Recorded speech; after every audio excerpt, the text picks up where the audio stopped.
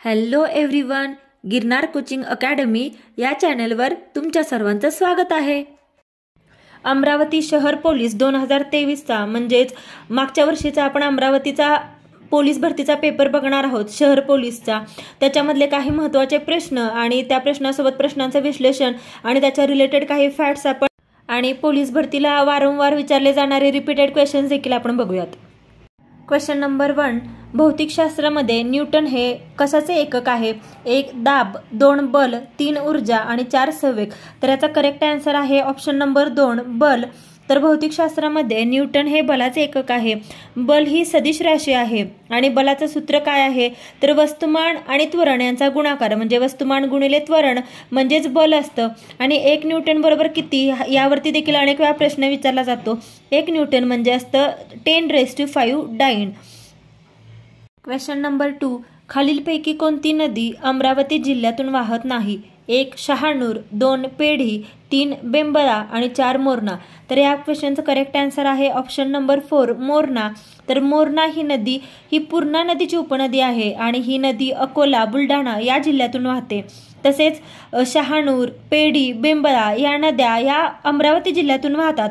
अमरावती जिल्ह्यात 14 तालुके आहेत आणि या जिल्ह्यात चिखलदरा हे प्रमुख पर्यटन स्थळ आहे आणि तसेच रिद्धपूर हे महानुभाव पंथीयांचे हे प्रमुख तीर्थक्षेत्र आहे।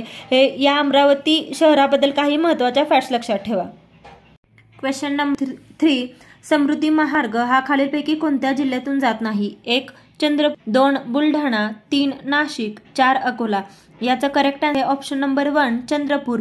या समृद्धी महामार्गावर बऱ्याच वेळा प्रश्न विचारले गेलेले आहेत आणि जातात, त्यामुळे हा पॉइंट खूप महत्त्वाचा आहे। याच्याबद्दल आपण काही बघूयात। काही महत्त्वाचे समृद्धी महामार्गाबद्दलचे पॉइंट्स नोट करून घ्या। याचं नाव काय आहे? हिंदू हृदय सम्राट बाळासाहेब ठाकरे समृद्धी महामार्ग। या समृद्धी महामार्गाची एकूण लांबी आहे 701 किलोमीटर आणि पहिला टप्पा याचा आहे नागपूर ते शिर्डी जे आहे ते 530 किलोमीटर आणि याला समृद्धी महामार्गाला जोडलेले जिल्हे आहेत 10 जे की प्रत्यक्ष आहेत आणि 14 अप्रत्यक्ष जिल्हे देखील याला जोडले गेले आहेत। नेक्स्ट क्वेश्चन, नुकताच खालीलपैकी कोणत्या सर्वोत्कृष्ट लघुश्रेणी माहितीपटास ऑस्कर या पुरस्काराने सन्मानित करण्यात आले आहे? 1 the elephant boy, 2 the elephant whisperers, 3 the elephant Hunter आणि 4 यापैकी नाही। तर याचा करेक्ट आन्सर आहे option number 2 the elephant whisperers. जे की या ऑस्कर पुरस्काराबद्दल आपण काही महत्त्वाचे फॅक्ट बघूया।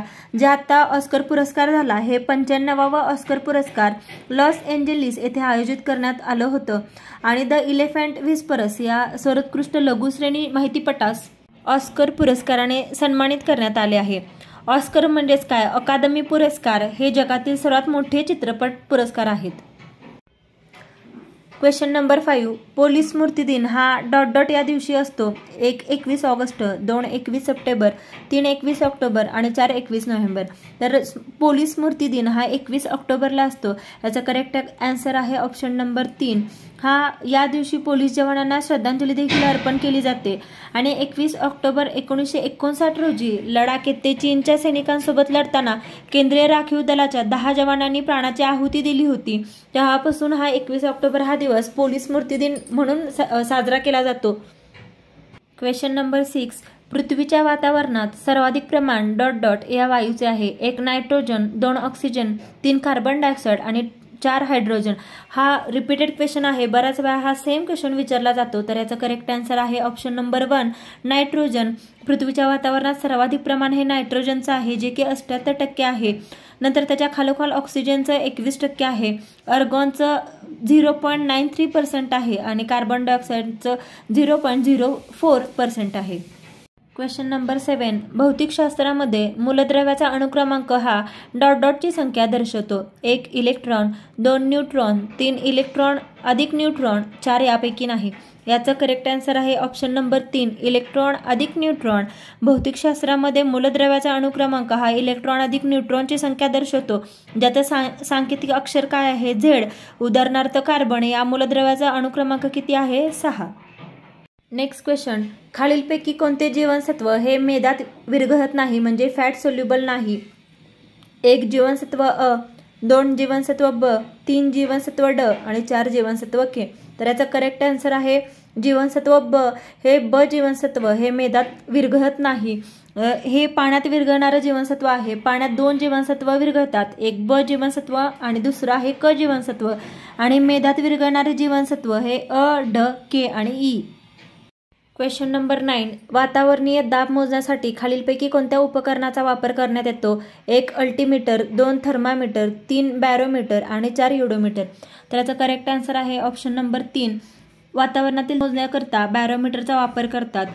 तसेच अल्टीमीटर हे विमानातील उंची मोजण्यासाठी वापरतात. थर्मामीटर हे तापमापक आहे. सिस्मोग्राफ हे भूकंपमापी आहे आणि ऑडिओमीटर हे ध्वनिमापक आहे. हा देखील रिपीटेड क्वेश्चन आहे, बराच वेळा विचारला जातो. प्रश्न क्रमांक 10. महाराष्ट्रातील थंड हवेच्या ठिकाणासंदर्भात चुकीची जोडी ओळखा. म्हणजे आपल्याला थंड हवेचे ठिकाण दिलेत आणि जिल्हा दिलाय आणि चुकीची जोडी ओळखायला सांगितली. 1 महाबळेश्वर सातारा, 2 माथेरान पुणे, 3 भंडारदरा अहमदनगर, 4 म्हैसमाळा छत्रपती संभाजीनगर. याचं चुकीची जोडी कोणती आहे? तर ऑप्शन नंबर 2 माथेरान पुणे. तर माथेरान हे पुणे जिल्ह्यात नसून रायगड जिल्ह्यात आहे आणि बाकीचे जिल्हे हे बरोबर आहेत. त्यासोबतच लोणावळा देखील थंड हवेचे ठिकाण पुणे जिल्ह्यात आहे. खंडाळा हे थंड हवेचे ठिकाण देखील पुणे जिल्ह्यात आहे. पाचगणी हे सातारा जिल्ह्यात आहे आणि आंबोली हे थंड हवेचे ठिकाण सिंधुदुर्ग जिल्ह्यात आहे. थंड हवेच्या ठिकाणावरती देखील प्रश्न विचारले जातात. Next question. टिपेश्वर अभयारण्य हे खालीलपैकी कोणत्या जिल्ह्यात आहे? 1 बुलढाणा, 2 वर्धा, 3 यवतमाळ आणि 4 अकोला. तर याचा करेक्ट आन्सर आहे ऑप्शन नंबर 3. टिपेश्वर अभयारण्य हे यवतमाळ जिल्ह्यात आहे. त्याच्यासोबत अजून काही अभयारण्य आणि त्यांची जिल्हे आपण बघूयात. अंधारी हे अभयारण्य चंद्रपूर जिल्ह्यात आहे. भामरागड गडचिरोलीमध्ये आहे. बोर हे वर्धामध्ये आहे. चपराळा हे गडचिरोलीमध्ये आहे. माळढोक हे सोलापूर अहमदनगर जिल्ह्यात आहे आणि मेळघाट हे अमरावती जिल्ह्यामध्ये. प्रश्न क्रमांक 12. खालीलपैकी चुकीची जोडी ओळखा. नदी आणि धरण दिलेत. 1 गोदावरी गंगापूर, 2 भीमा उजनी, 3 गोदावरी जायकवाडी आणि 4 भीमा खडकवासला. तर यातली चुकीची जोडी कोणती आहे? भीमा खडकवासला. का तर खडकवासला हे धरण भीमा नदीवर नाही तर ते मुठा नदीवर आहे.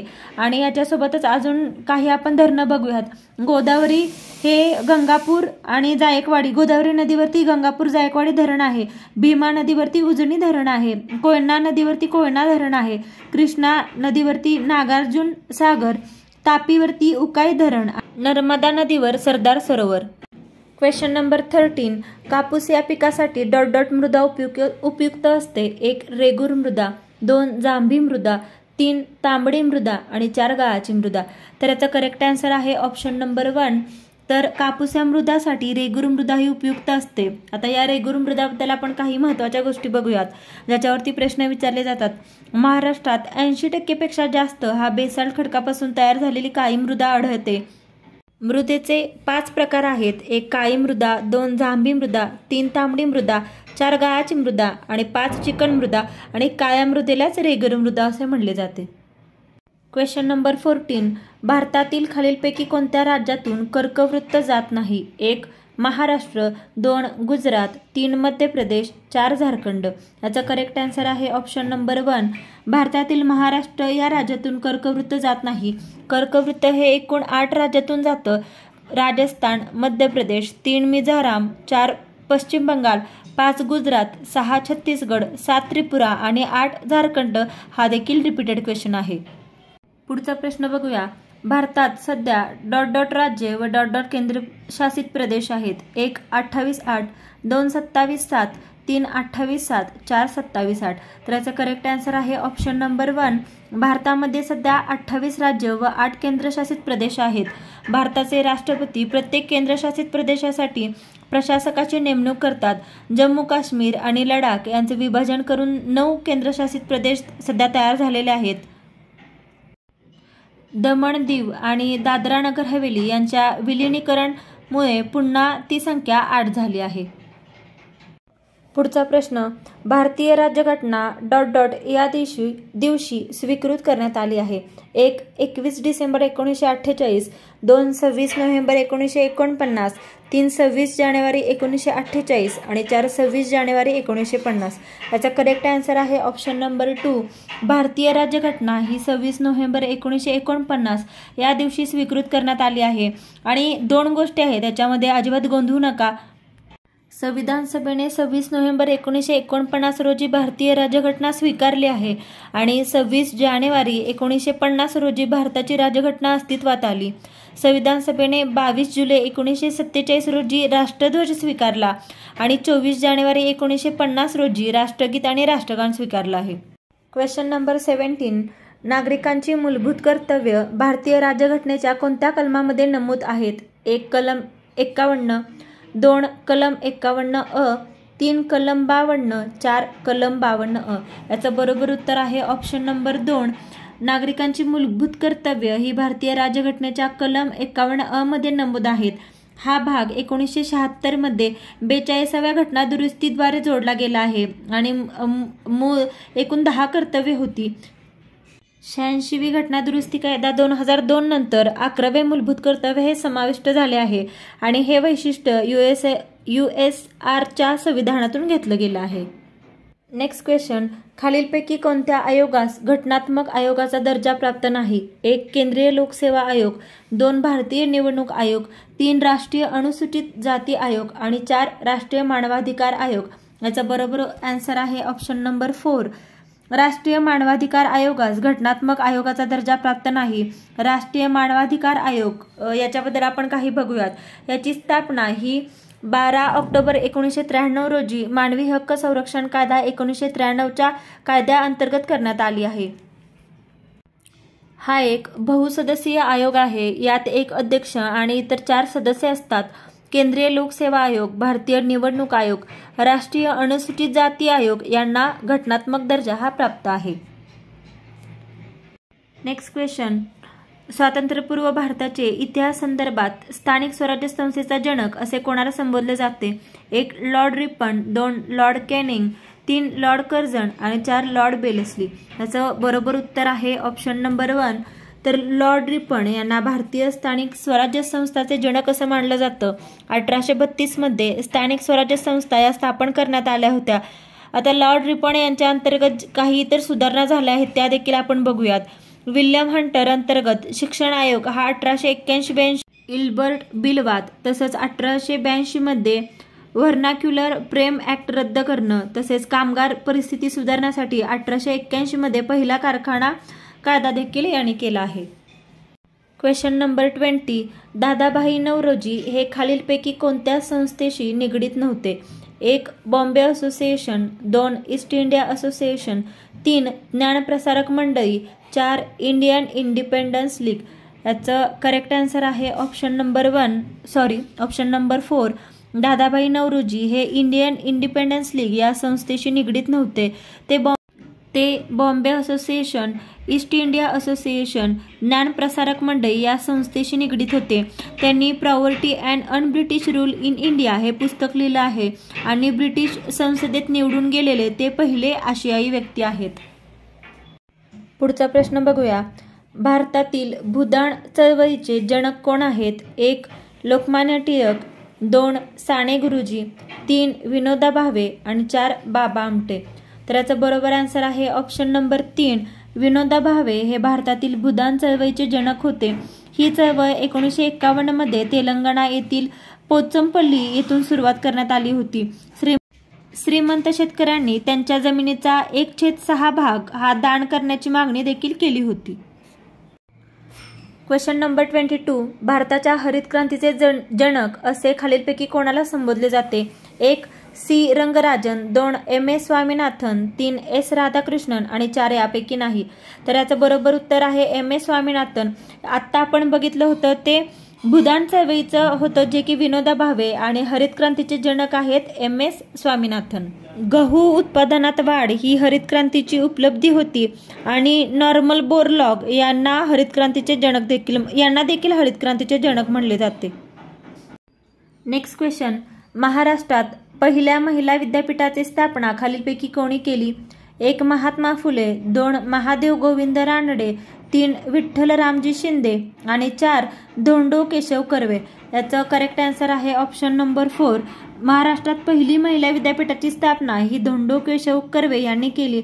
भारत सरकारने 1958 मध्ये यांना भारतरत्न पुरस्कार देऊन सन्मानित केलं. धोंडो केशव कर्वे यांना निष्काम कर्म मठाची स्थापना यांनी ही 1910 साली केली. Next question. स्वतंत्र मजूर पक्षाची स्थापना खालीलपैकी कोणी केली? 1. डॉक्टर बाबासाहेब आंबेडकर, 2. लाला लजपतराय, 3. सार्वजनिक काका, 4. ना. मे. लोखंडे. याचा करेक्ट आन्सर आहे ऑप्शन नंबर 1. स्वतंत्र मजूर पक्षाची स्थापना डॉक्टर बाबासाहेब आंबेडकर यांनी केली. 1937च्या प्रांतिक निवडणुकीत स्वतंत्र कामगार पक्षाने 17 पैकी 15 जागा देखील दिल्या होत्या. डॉक्टर बाबासाहेब आंबेडकर हे स्वतंत्र भारताचे पहिले कायदे व न्यायमंत्री तसेच त्यांना भारतरत्न पुरस्कार 1990 साली मरणोत्तर मिळाला आहे आणि ते मसुदा समितीचे अध्यक्ष देखील होते.